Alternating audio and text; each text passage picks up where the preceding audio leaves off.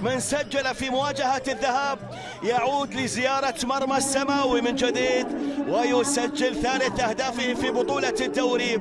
الفارو من خارج منطقة الجزاء من كرة متحركة يسجل أول أهداف دبا في هذا المساء في الدقيقة 11. الفارو تحرك، استلم، سدد، لم يكن مراقب في اللقطة الماضية.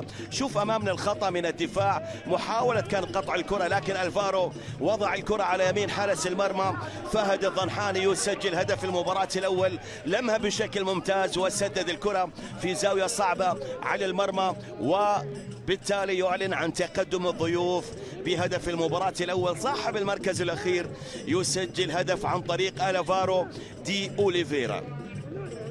هداف ديبا هذا الموسم لم يكن مراقب في اللقطة الماضية. شوف أمامنا الخطأ من الدفاع، محاولة كان قطع الكرة لكن الفارو وضع الكرة على يمين حارس المرمى فهد الضنحاني يسجل هدف المباراة الأول. لمها بشكل ممتاز وسدد الكرة في زاوية صعبة على المرمى، وبالتالي يعلن عن تقدم الضيوف. هذه أفضل مباراة يقدمها ديبا هذا الموسم. عالية للأمام، رأسية، الهدف الثاني، الهدف الثاني. حبيب يوسف يسجل، حبيب يوسف هدف ثاني للنواخذة.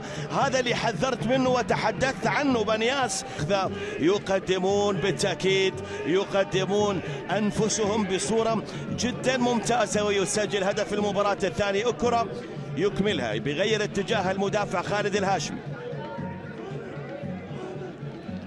هدف عكسي، خالد الهاشمي، حبيب في الارتقاء لم يكن مراقب، والكرة التي تغير اتجاهها من جانب المدافع خالد الهاشمي، وهدف ثاني لمصلحة النواخذة. الله على نواخذة.